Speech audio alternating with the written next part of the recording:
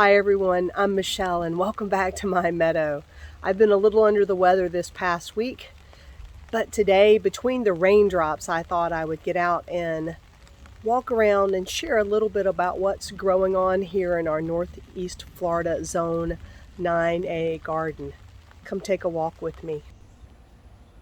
It is definitely a time of transition in the meadow. Fresh peas are planted here, yet the Cataly guava is somewhere between the middle and the end.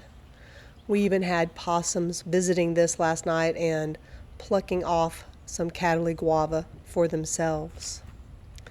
And even though the passion fruit hasn't given us any fruit, I'm really excited that it did give a little bit of life this season, because we can see the leaves here are defoliated and has probably been the food for some Gulf fritillary caterpillars. And I was surprised to even find surprises on the mulberry. It looks like it's fruiting for a second time this season. I don't know, maybe that will make it an ever-bearing tree, but the fruit is so tiny. I mean, take a look at how itty-bitty this is.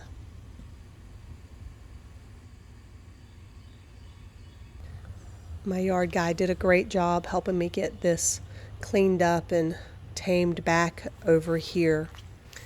But if we swing around and take a look down by the creek, if you look down at the ground cover, it's almost mud covered. The water has just been rushing through here with some of the rain that we had.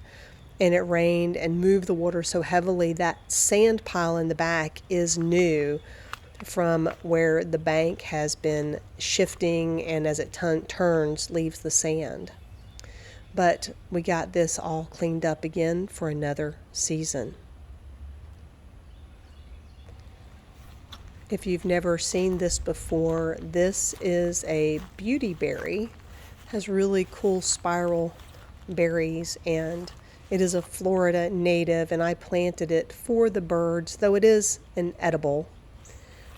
It takes a good bit of work to make it sort of palatable. Something ran into the creek just as I got close. I've spotted a great big alligator snapping turtle back here. But if you've watched the other videos, you can see how different the water level is here and how different this looks since we've had so much rain here.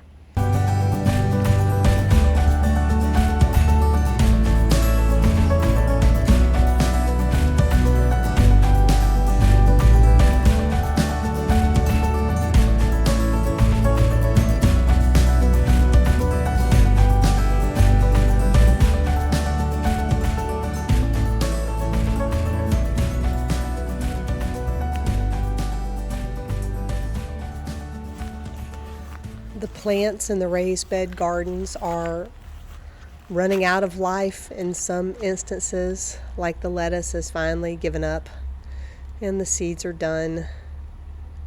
It's okay, it's part of the cycle. The peppers look sad, but the Thai eggplant just keeps on giving. I even see new tomatillos popping through here, so maybe I have another shot at some more deliciousness. Over in the sweet potato and basil bed, it doesn't really know what else to do but grow, grow, grow. It's kind of crazy just taking a look at it. It's definitely time to do something with the corn. Those peas I threw over here last time are growing up. We got something. Oh, he's not going to let me see. And then, here we go, cucumber. Fantastic. Always love walking around. Isn't it a nice surprise to find you have a cucumber or some other piece of fruit or vegetable that you didn't know was there? You can just kind of take off and tuck in your pocket. The Cataly guava on this side is finally giving us fruit for the first time in 3 years. I think I'm going to have to take a bite of this and find out how it's tasting.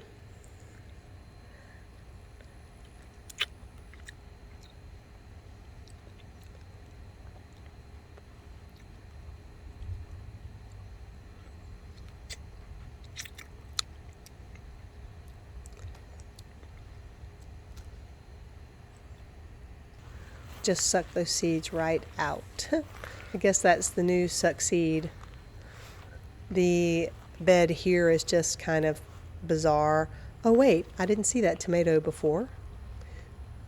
And the carrots are seeding again. And there's just beans everywhere. Where'd that tomato go? And these beans and sweet potatoes are just everywhere. And the figs have another round of deliciousness going for them. In fact, if I can show you a unique something here, maybe I'll come around the other side. They're now too tall. I'm eating all the ones that I can reach. The possums and raccoons are eating at the bottom. I'm eating in the middle, and I suppose the birds are eating the top. The Motherland okra, check this out. Look at how beautiful this flower is. I'm just sort of amazed at how gorgeous it looks. Let me back up here and show you. Look how tall it is. The okra is almost taller than my persimmon tree there. It's rained so hard that I'm actually missing mulch along this border here that used to be full to the top with mulch, and so the water has really run through it over on this side. Oh, I think I see the fun thing here on the fig. Look up at the top there. I think we call that a fig bean. Can we call it a fig bean? The beans have made their way over to the fig and have used it as a trellis, and now beans are growing out of the top of my fig plant. Oh, wait a minute, I think I can reach that one. Gonna have another snack while we're out here. Sorry for the shakiness. I have found that these taste a lot different. With it being so rainy, they aren't quite as sweet, but they're still just really yummy. Have to give it another try, right? Everybody's like, how do you eat a fig? Well, I just bite into it. It's good. Still good. Still good. The pollinators are still very happy with my choice to leave the Biden's alba here, though I may have some regrets in the future for letting it all go to seed here. But time will tell, like anything. Time will tell. But you got to see what the rain has done over here with the sweet potatoes and with my Asian wing bean.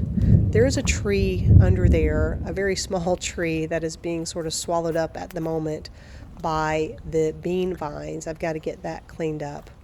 And there's a tiny trellis under here too, a little rectangular trellis. And the Asian wing beans just have not quit.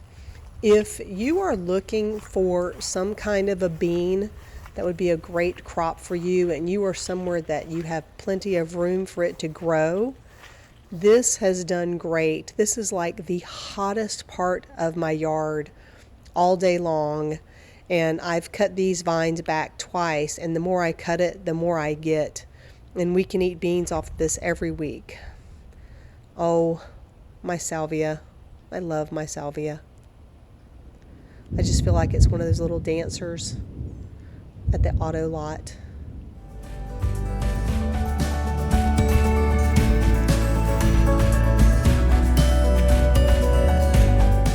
The zinnia is beaten and worn. Summer disease, I guess, has taken it.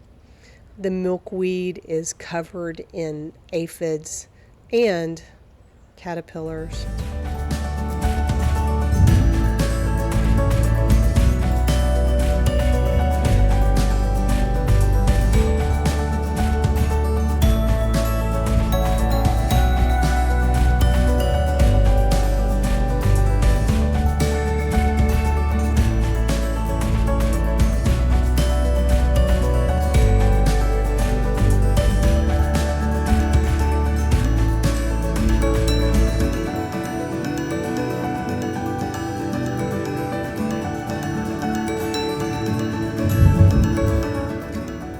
And even in all of the breakage and the plants falling over, the pollinators don't care.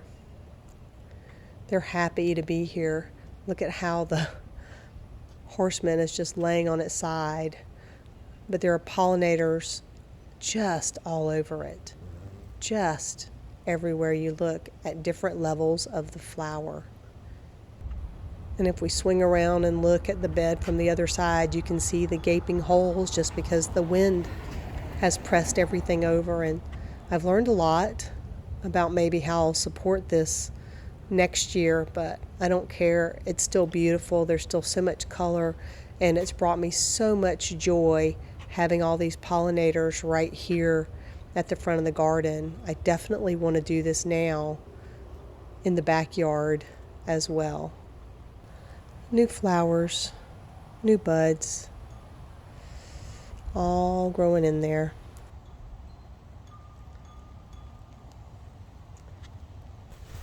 And as we come back around the house, we can see this comfrey here. I mean, 2 weeks ago, I had completely leveled that. As we continue to work on all these little things to get ready for the fall garden here.